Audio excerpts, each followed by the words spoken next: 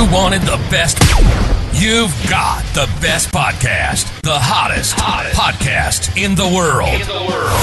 The Chris Voss Show, the preeminent podcast with guests so smart you may experience serious brain bleed. The CEOs, authors, thought leaders, visionaries, and motivators.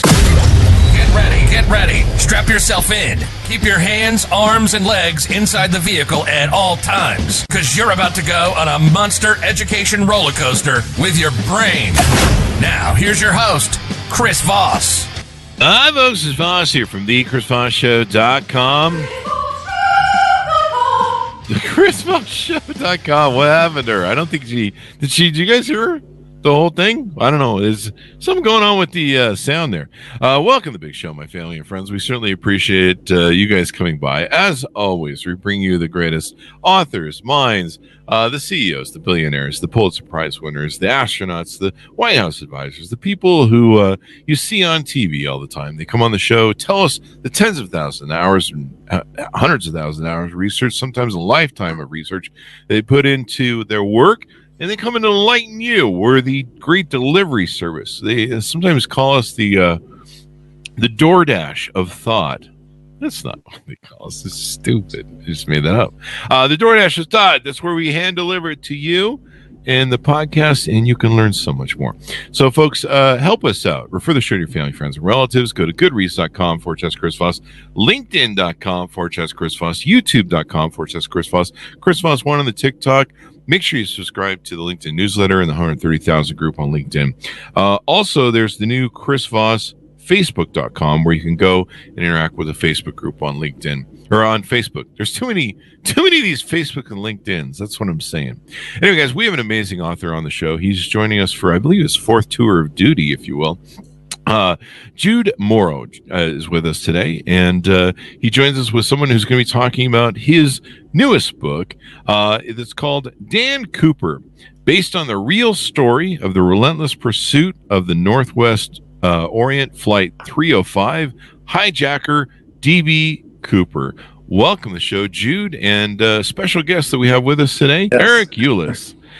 So, guys, give me your bios, give me your rundown for each of you on the show. I'll go first. My name's Jude Morrow, and I write books for a living. I suppose made my name and living out of speaking and writing about my experiences of being an autistic child in the mainstream school system, and adult being a social worker and in business.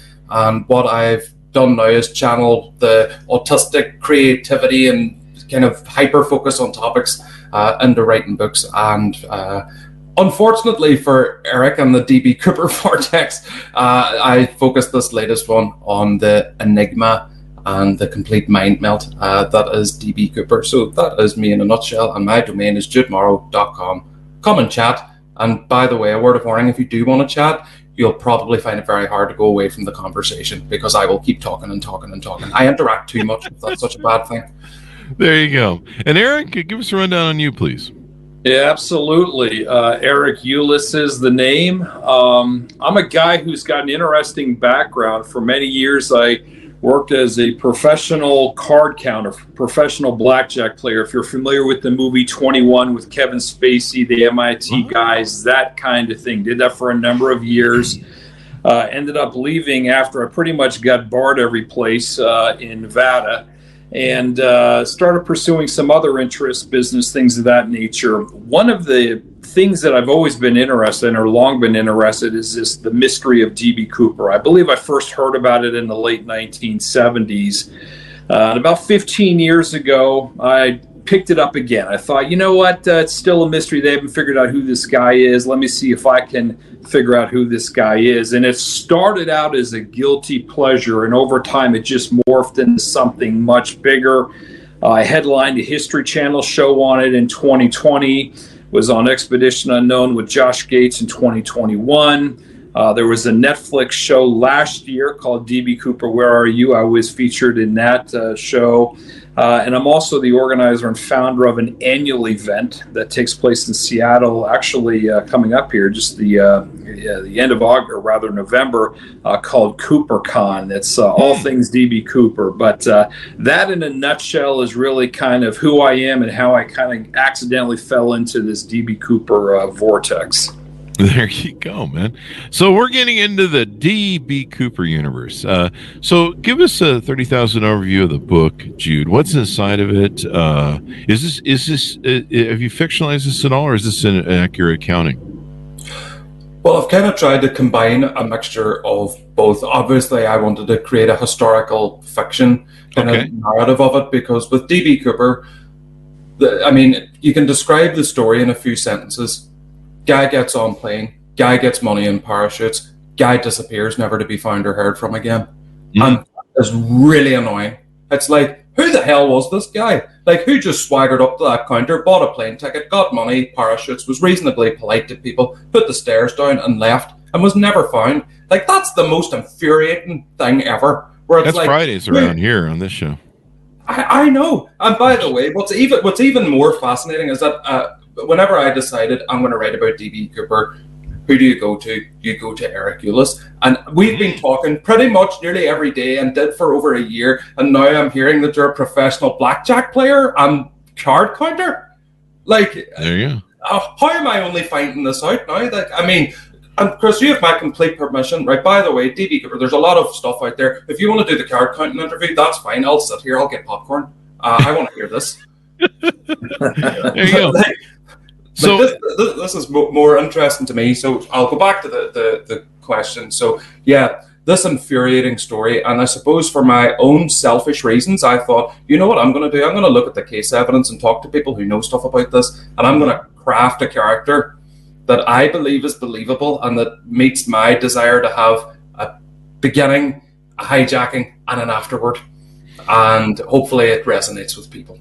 There you go. So let's assume people don't know who D.B. Cooper is. You know, a lot of these Gen Z folks, they're not up to hip what was going on in the 70s.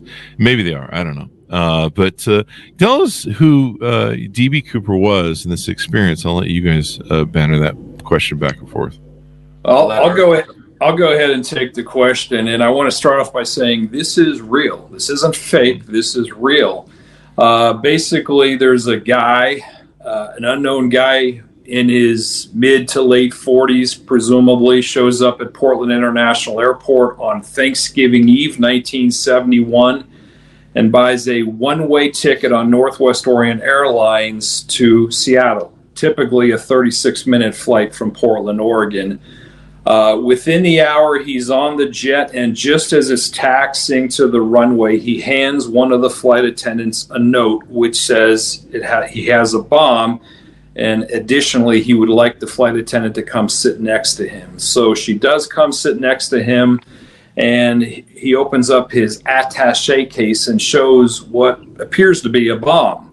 And this is just as the jet is rolling down the runway, taking off again, heading for Seattle.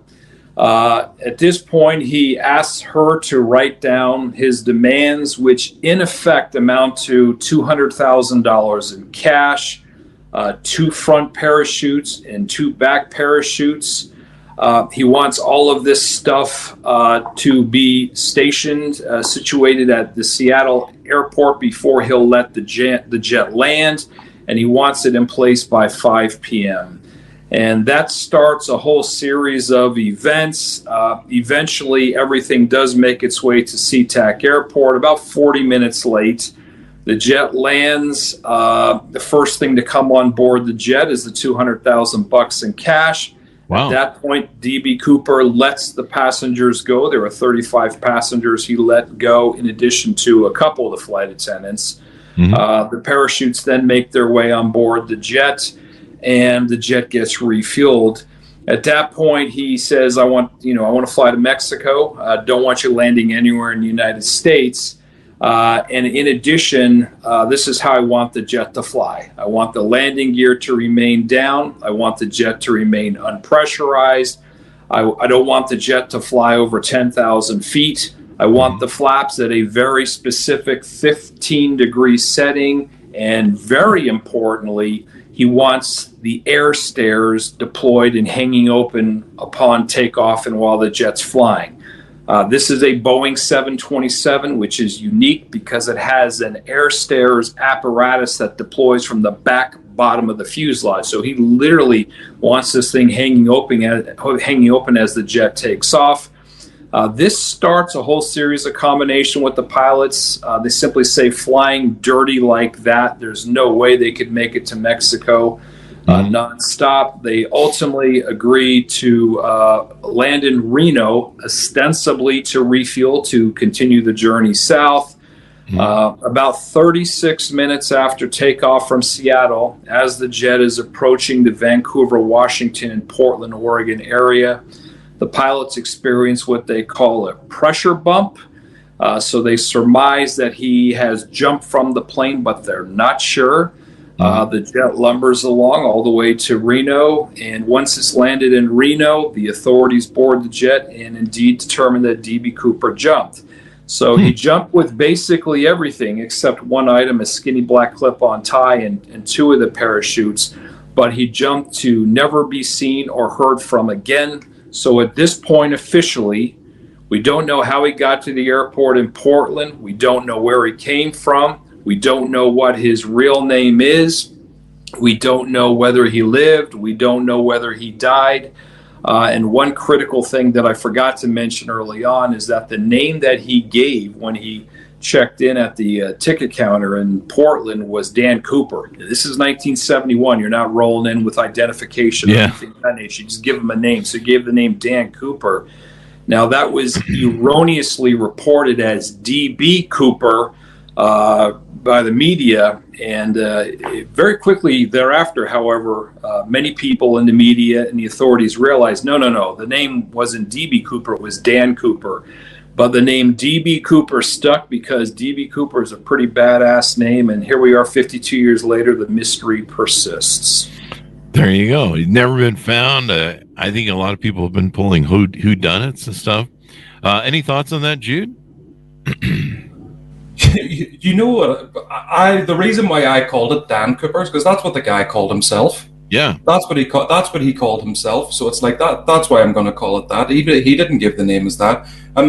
You know, you said with the Gen Zs and the millennials and stuff like that. Whenever I said in my social medias and stuff, I'm writing a book about D.B. Cooper, everybody was like, who? Who the hell is that? And it's like, oh dear. Where I think with the D.B. Cooper story, it's going somewhere similar to where Titanic went.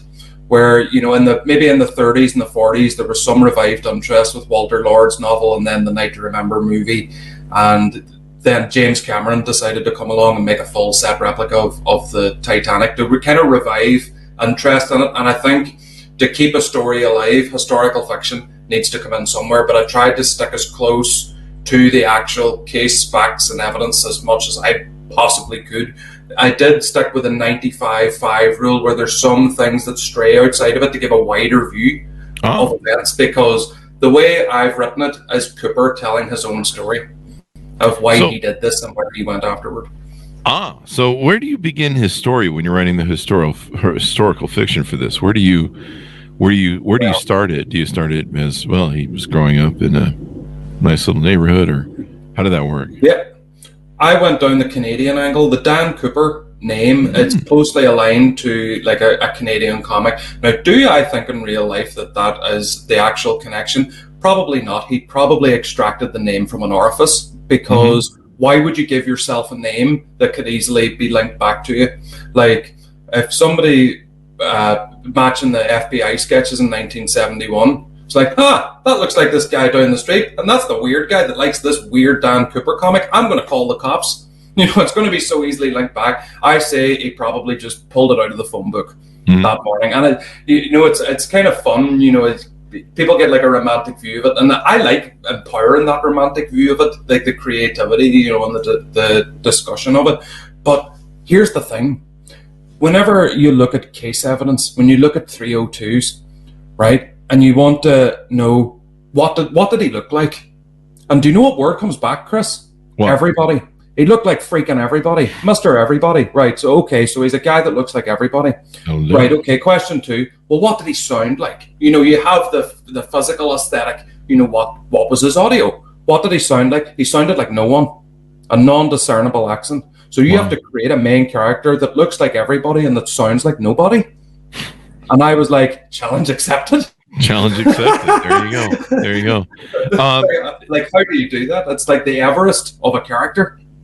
There you go. So, as Eric alluded, it seemed like he had a lot of requests. I mean, is it possible with this, the 15-degree flap and some of the other elements you described, is it possible he could have been a pilot or military? He seemed to know a lot about how to, have this be able to jump out of a plane. Yeah, there are indications that he was familiar with aerospace and aviation in general. And also the Boeing 727 specifically. And indeed, the authorities started immediately looking at Boeing. And I think that's a safe bet. Again, it's important to remember for people who are listening here, this is 1971. This isn't 2023 where you fire up the internet or ask Siri and you get all the answers to every question you desire within a matter of seconds.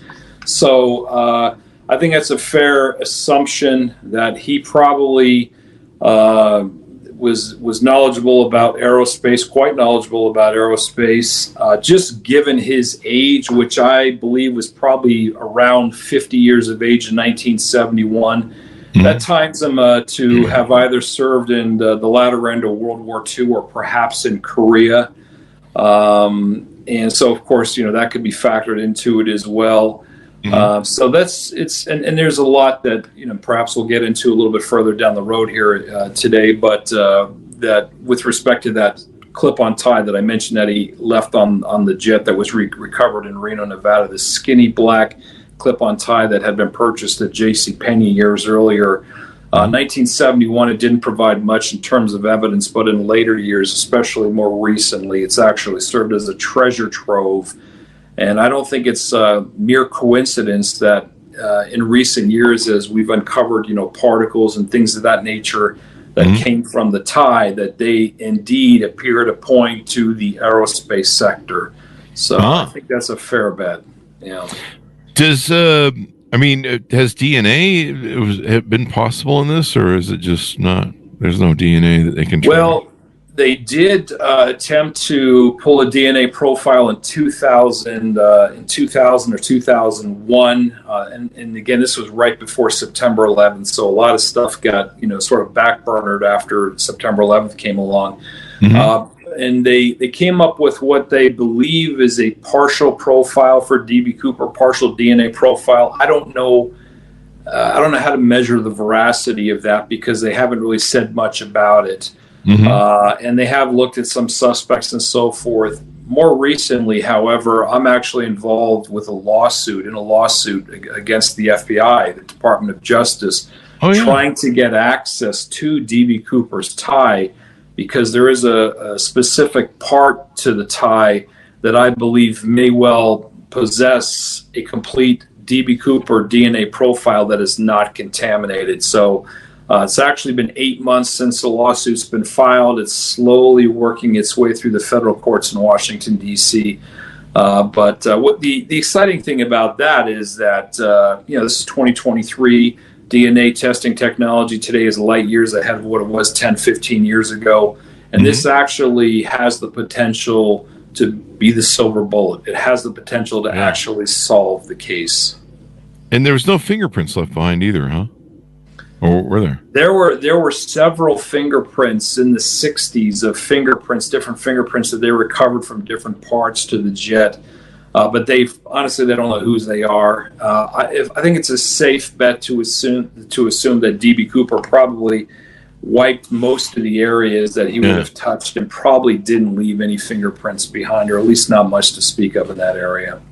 Yeah, I mean, to have that opening on the plane where you're going to jump, hanging out the back and stuff. You kind of have to know some things about planes or military or how to jump, probably too. I don't know. And I guess there's certain parts of the area that they think he jumped in, right? Well, the flight path.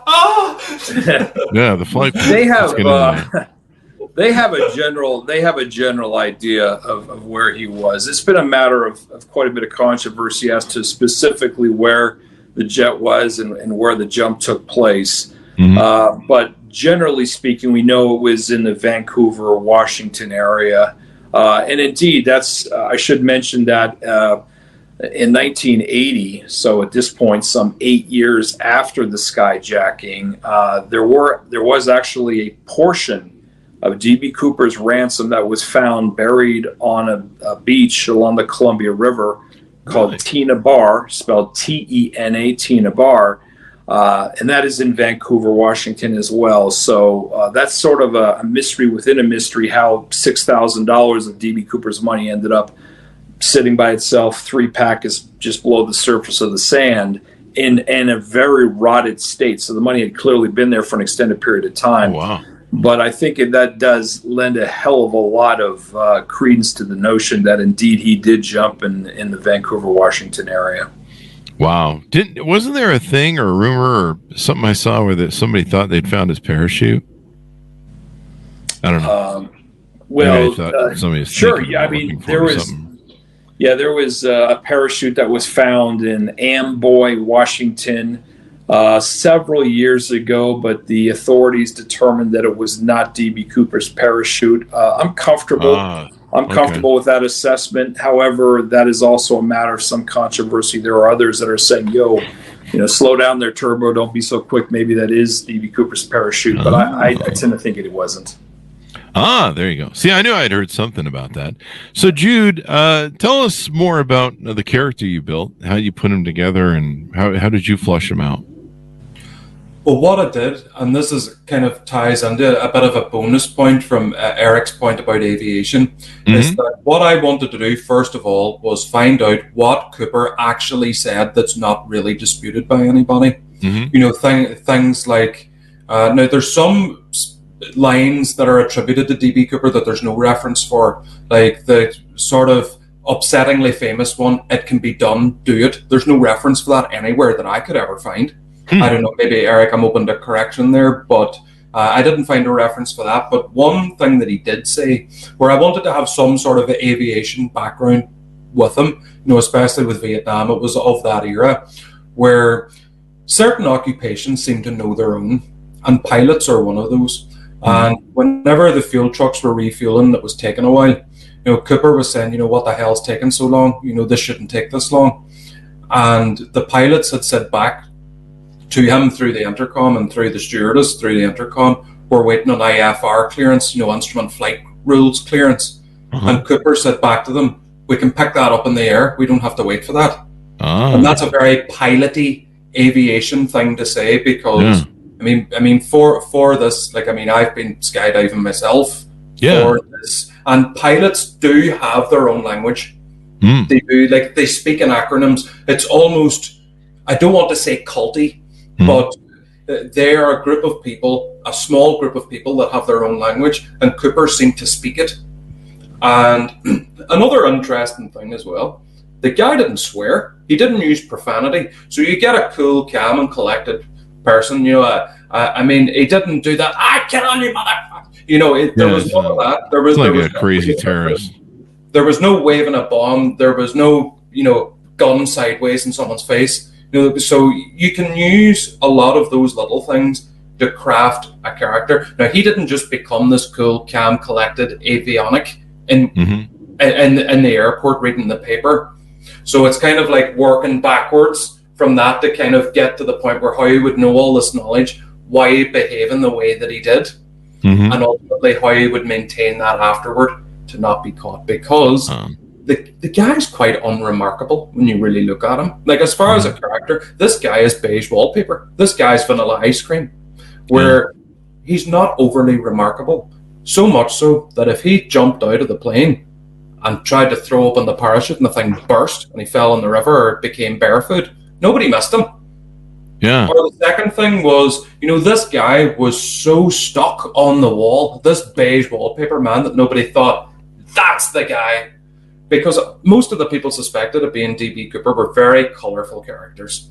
I mean, there's about 10 suspects I can think of off the top of my head could have Hollywood, left, right, and centre, their own books, everything, and some of them do. But I just think Cooper was a boring old fart, and that's how he got away with it, and how he got so undiscovered up to now. But that's a fascinating thing. He was so boring that he's fascinating. It's like a paradox. It's like chilies. Some of them are so hot that they're addictive, that they're amazing. It's like, wow, this is great, but there's no fun in it. Do you know what I mean? I don't know if that's a good analogy, but it's as good as I can give. It's almost like, I mean, he sounds like a very cerebral guy. Like you say, he's not like a terrorist running around screaming, but he's also he's trying not to create a profile. Maybe he was ex-FBI too, or CIA. I mean, he knew that how not to create a profile. But yeah, it's really interesting. So in the historical fiction, do you write? Do you flesh out what he does for the rest of his life? I do. Because with Cooper, this was a guy that needed money. And this is a guy that needed money very quickly. I think it's generally accepted that this man was not a career criminal. Like, nobody in their 302s said that they noticed a guy in PDX chewing a toothpick and flipping a coin.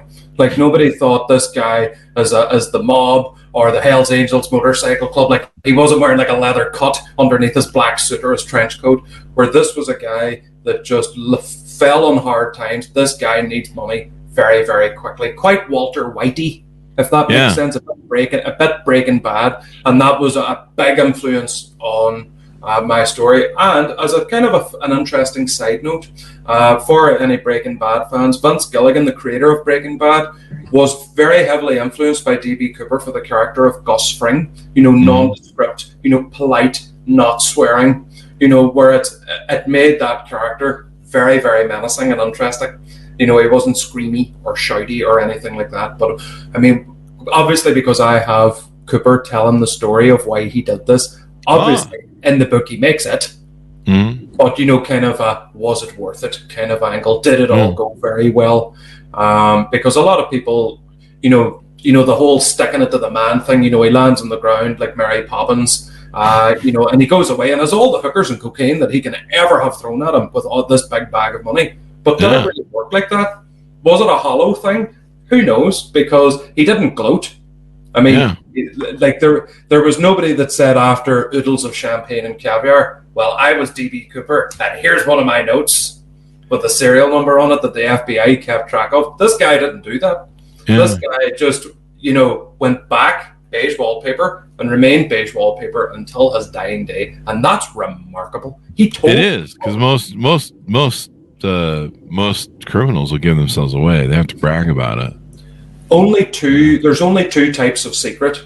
One that nobody tells and it's kept, and one person that tells one person and then the whole world knows. If you tell one person, the whole world knows. Yeah. And sometimes they can't keep their mouth shut. Like you see the Tupac murder, one of the guys who's involved in the murder of Tupac, he finally started to run his mouth off and wrote a book. And, he couldn't help but brag about it. And now he's, 20 years later, whatever it is, he's been charged. So tell us about this CooperCon thing. This sounds really interesting. I didn't even know there was an conventions for this. It's like Star Trek, only for about DB Cooper, huh? That's right. Yeah, it started, 2018 was the first year. So this is the 5th year of CooperCon. If you're doing the math, you would realize, well, it should be the 6th year, but let's not forget the pandemic. We did not do it in 2020 because of the pandemic. So this is the 5th year, again, taking place in Seattle, November 17th through 19th. So it's a 3-day event, and it's just an awful lot of fun.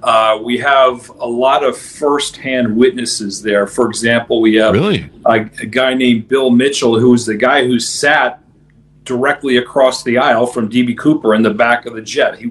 Bill was a then 20-year-old college sophomore, and he was eyeballing Cooper quite extensively because of the fact that Bill was attracted to the young, then 22-year-old flight attendant who was spending an inordinate amount of time speaking with the skyjacker. Now, Bill didn't realize that they were being skyjacked at the time, but Bill Mitchell will be on stage. Also, Larry Carr, who is a former FBI special agent, he actually headed up the FBI's investigation. NORJAC is the official name in the later years, and he was single-handedly responsible for actually bringing a lot of new information out to the world, which I think really kind of reinvigorated the case. One of the other people we're going to have there is a copycat skyjacker, a guy named Martin McNally, who several months after Cooper thought, I can do the same thing and get away with it.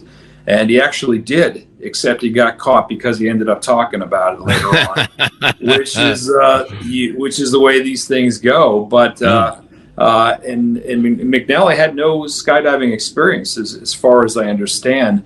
But in addition to that, we have we'll have some presentations related to some of the science, some of the newer things that we've learned scientifically. We'll have several panel discussions. But one of the things that really sets CooperCon apart, I think, from a lot of other events, and really makes this fun, is I have made it a goal of mine in all the CooperCons to invite audience participation. So it's not just a matter of let's watch, a couple people talk about DB Cooper for 50 minutes. We actually, the last 10 to 15 minutes is usually dedicated to me literally jumping out in the audience with a wireless mic and having people ask questions of those of us who are on stage. So that's a lot of fun. It gives people an opportunity to ask questions and voice theories and opinions of their own and that kind of thing. So it's a really, really cool event as far as that goes. Is it okay if I mention the web address for the? Please do. Please, yeah. Okay. Plug away.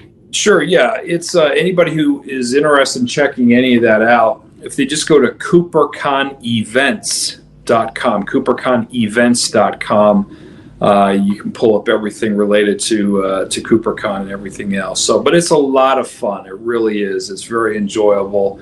And everybody's laid back. I mean, everybody's laid back. It's not a pretentious group. It's not a pretentious crowd. There's all kinds of, selfies being taken and things of that nature. But, and I also think that it honestly, at this point in time, 52 years out, really serves a solid historical purpose, because a lot of the firsthand witnesses that show up to these things, whether it's the air traffic controller who managed the flight, or the then teenage daughter of the late Captain Scott, or Bill Mitchell, the passenger on the jet.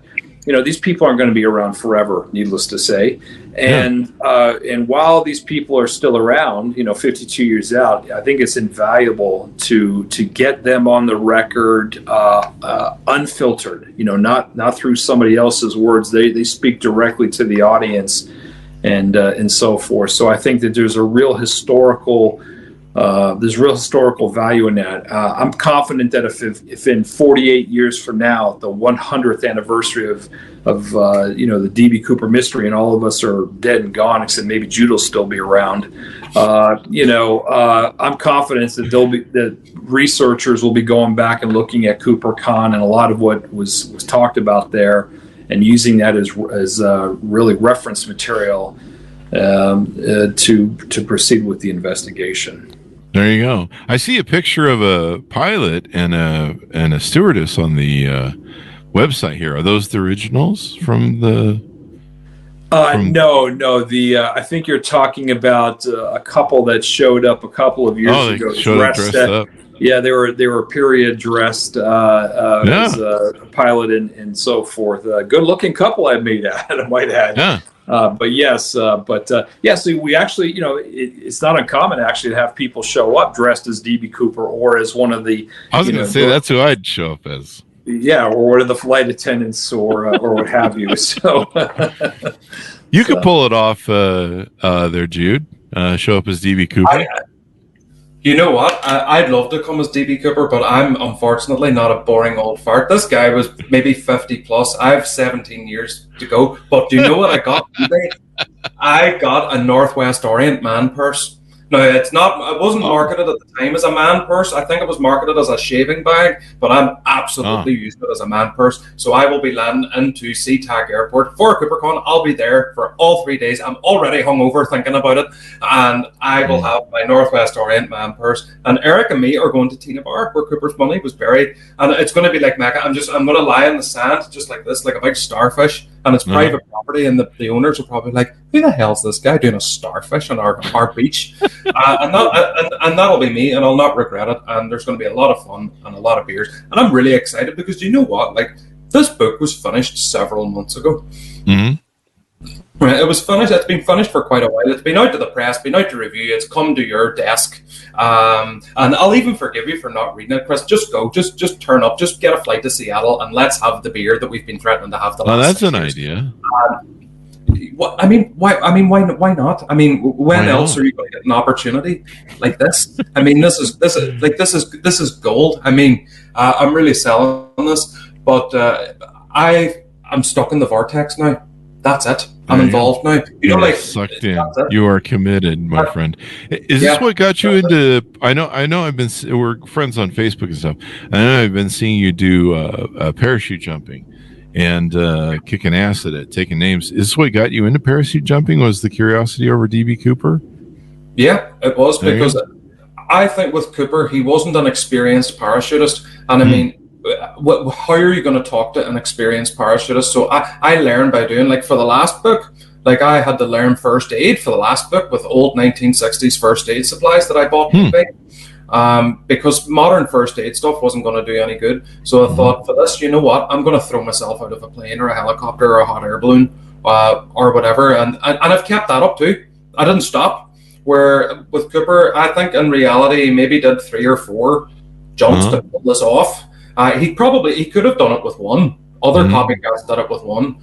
But I thought, I will be an experienced parachutist and kind of like document it, like when I get to the ground, and like what it was like to try and get the authenticity of the scenes. Of course, I didn't have a briefcase bomb attached to me or $200,000, because that would be quite frowned upon at most drop zones to actually do that, to replicate it completely.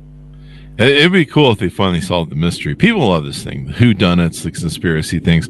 So give us your final pitch on the book as we go out, Jude, and we'll round up the show. Dan Cooper is my latest book about the hijacking of Northwest Orient Flight 305. You can get it in all major online bookstores near you, Barnes & Noble, Amazon, wherever else you get your books. And come to CooperCon as well. I'll pass over to Eric for the final plug for CooperCon. That's the main thing of this. There you go. Eric? Well, yeah, I mean, I would definitely encourage people, if they can do it, if they're in the Seattle area, to come to CooperCon. Again, it's November 17th through 19th. But aside from that, if anybody's interested in me and some of the stuff that I've looked into related to, in some of my research related to the DB Cooper case, feel free to jump over my personal site, ericulis.com, ERICULIS.com. And I've got quite a bit of material there, quite a bit related to the mystery. I've written extensively about it, a number of different aspects. So for somebody who wants to just get a, sort of a quick overview of the case and some of what has transpired over the last several months, or rather several years, investigatively, primarily with stuff that I've done, that's a good place to start and learn about the case and go from there. And don't be surprised if you find yourself at some point getting sucked into the Cooper vortex and contributing in some manner. So there you go. Get sucked into the vortex as you jump out the back of the plane. Maybe you guys should do a thing where you guys go up in a plane, everyone jumps out and tries to see if they can land wherever DB Cooper is, and land jumped or something like that. It's a wild story, man. And so I think it will be just always a mystery wrapped in an enigma, I suppose they like to say. So there you go. Thank you very much, gentlemen, for coming to the show. It's good to see you again, Jude. Thank you, Eric. We certainly appreciate it as well. It was a pleasure to meet you. My pleasure. Thank you very much. There you go. And did we get everyone's .coms?